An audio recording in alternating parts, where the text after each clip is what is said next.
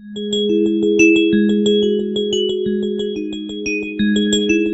video, I'm just going to show you guys how I make my spiritual bath. This is one form of it.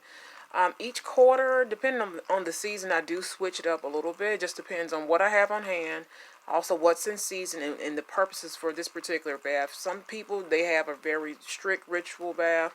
Mine's changed depending on the season and depending on my spiritual needs. So we're going to start out. This is actually really simple. It's really basic. You're going to need some Epsom salt. As you can see right here, Epsom salt. And I have 2 bags because, I wanted to use up my other one. So you need Epsom salt. You're also going to use either natural sea salt, or you can use the pink Himalayan salt. I'm going to use a little bit of both this time. We're going to ball out. We're going to ball out. That's all we're going to do. And also you're going to need some blessing water, smudging water, Florida water. You're also going to need lavender. You can use a lavender essential oil, or you can I said do me, or be like me and use. I have like some lavender, pure lavender organic tea with lemon balm, and it's just really the buds with the lemon balm buds as well. So I'm going to just use the rest of this up. Like it's literally just lavender, lavender and lemon balm in here. So I'm going to use that. And also, I'm going to use some blessing and anointing oil as well. Okay, so you're going to get your blessing oil as well, or your protection oil, any anointing oil.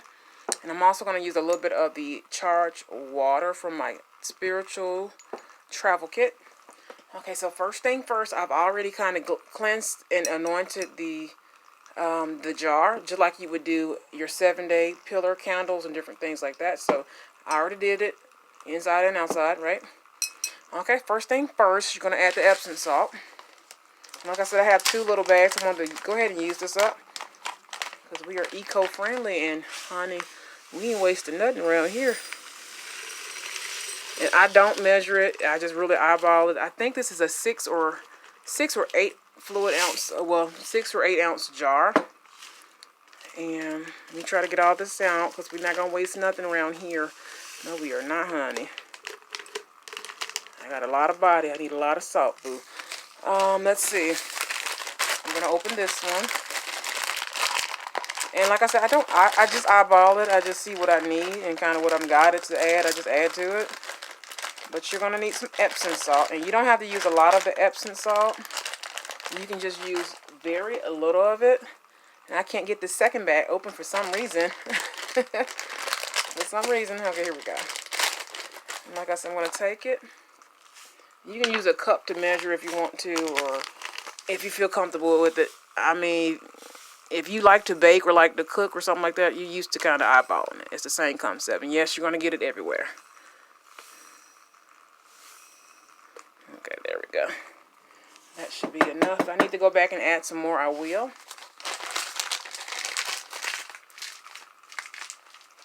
I will go back and add some more. Okay, so you're going to take the sea salt.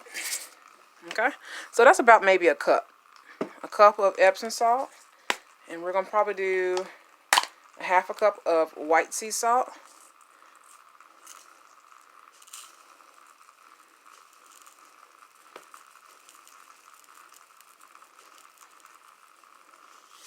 Maybe a little less than half of the white sea salt, and then also maybe probably 1/4 cup of the pink sea salt, or you can do just strictly, strictly white sea salt. That's all you have. If you can get pink Himalayan sea salt, I got mine. Oops, see, I poured too much.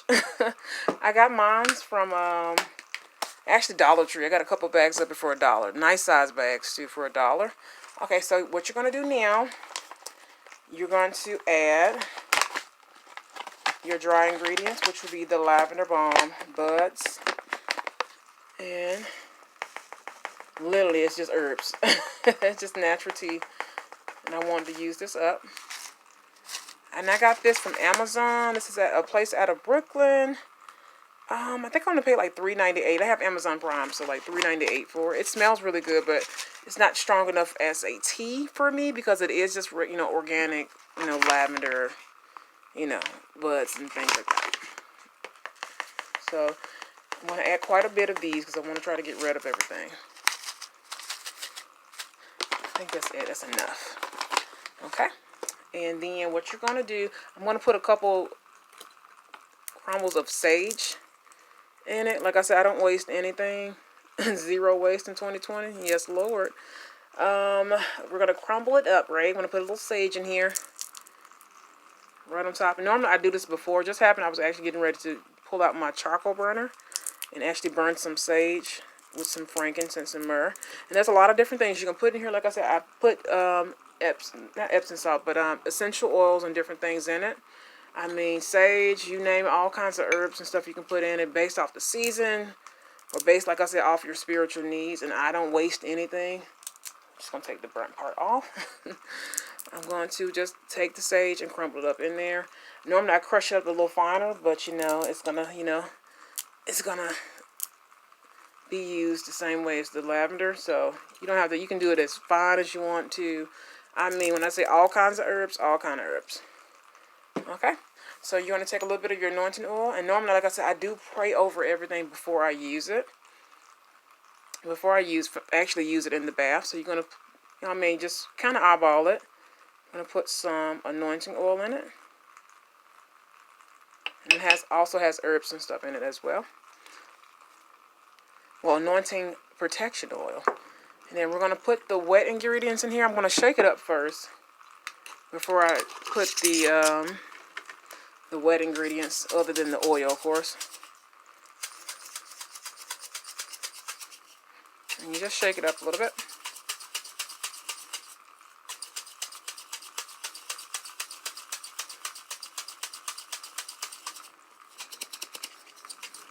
And see, normally I do it like this. You can leave it as is. I'm going to use this actually probably tomorrow after I get off of work.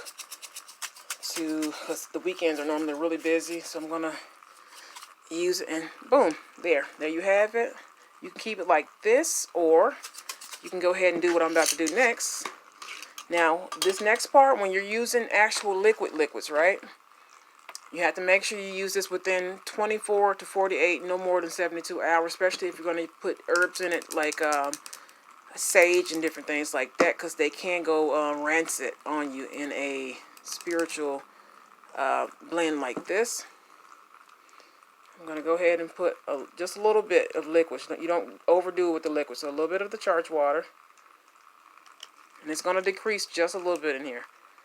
And then you're going to do a little bit. I'm going to do a little bit of the Florida water. But you can also add this separate as well. And since I'm going to use mine tomorrow, it's not going to be that bad.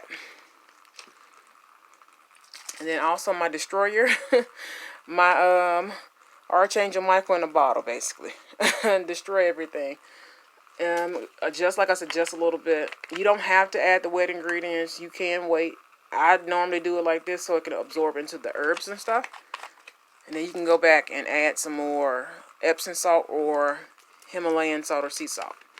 And then also my Kanaga water.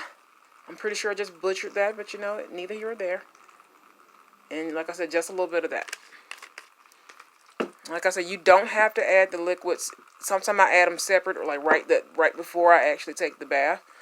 But I'm going to, like, you know, pray over this and all that good stuff. So I'm going to go back and add a little bit more of the white sea salt. And you can use fine or you can use the coarse. I just use the regular, you know, coarse, pure sea salt. And we're going to use also some more pink Himalayan salt.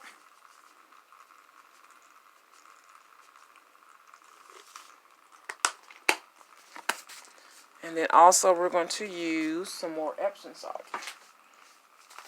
And like I said, the salt is actually going to absorb some of the moisture, so you don't have to worry about it, but just don't over add on liquids and oil. And like I said, you can put some essential oils. There's different essential oils you can use for your spiritual baths and spiritual cleansing and anointing and just different stuff like that. Purification oils. I mean, everything from frankincense and myrrh, rosemary, you name it. You can, I mean, sage oil, everything. If you can't use the actual sage herb, you can use the sage oil. And like I said, it's going to look like this, but you have to use it. I'm going to use mine tomorrow night. But you have to use it within 24 or 48, no longer than 72 hours. Don't, like, I wouldn't go towards that, the past 3 days with this in a jar. I am going to keep this in a dark spot, dark place. And that's it. I'm going to pray and anoint over it. I'm going to pray and anoint over it before I use it. And normally when I take I call them goddess baths, my spiritual baths, I normally try to soak in the tub at least an hour. Try to soak at least an hour. You can light white candles. You can light, different candles, especially if it's a goddess bath, which is normally like, love energy and things like that. You would light your pink or your red candles or different things. Or you can use a white candle as a universal candle if you don't have a red or pink candle. And you can put your rose quartz around you. You can put your clear quartz or different things. You can put your black tourmaline or obsidian or, is it agate? I don't have that particular one yet. Like I said, I'm researching. A girl is researching. We're learning. Crystals is infinite at this point. And there's different purposes for each one. But there's so many different things you can do. And that's just a few things I have tried, and it works very well for me. It may not work, well for you. You have to kind of find out what's kind of your own kind of zhuzh when it comes to your spirituality and what you connect to and what you kind of guided to try or to research or to learn or to even experience at this point. So hopefully you have learned something. But this, and I always also, I put the date, normally put the date across the top. So I have little labels. I'm going to date it and put the time on it as well. But I'm going to go ahead and use this weekend. So, a sister ain't got to date it. But like I said, I think this is like a 6 or 8 ounce jar. And this is quite a bit. If you don't add the liquids, you actually can store this in a dark place and keep it for a later date. I know some people do religiously their spiritual baths once a week or once or twice a month. And you can, as long as there's no wet ingredients in here, you can actually store this in a dark, cool place and it will keep. But as long as there's liquids and oil in it, like mine's, you need to use this as soon as you possibly can because you don't want the herbs to actually go rancid on you. Okay? So it's my spiritual, one of them anyway, spiritual cleansing. Like we're getting ready to go into spring, so definitely this would probably be for the spring and maybe early summer.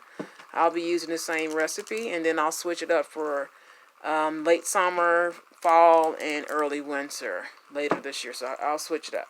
So thank you for watching, and please like, comment, and subscribe. And if you have any questions or anything, please comment below and I will answer them for you. Thank you for watching, and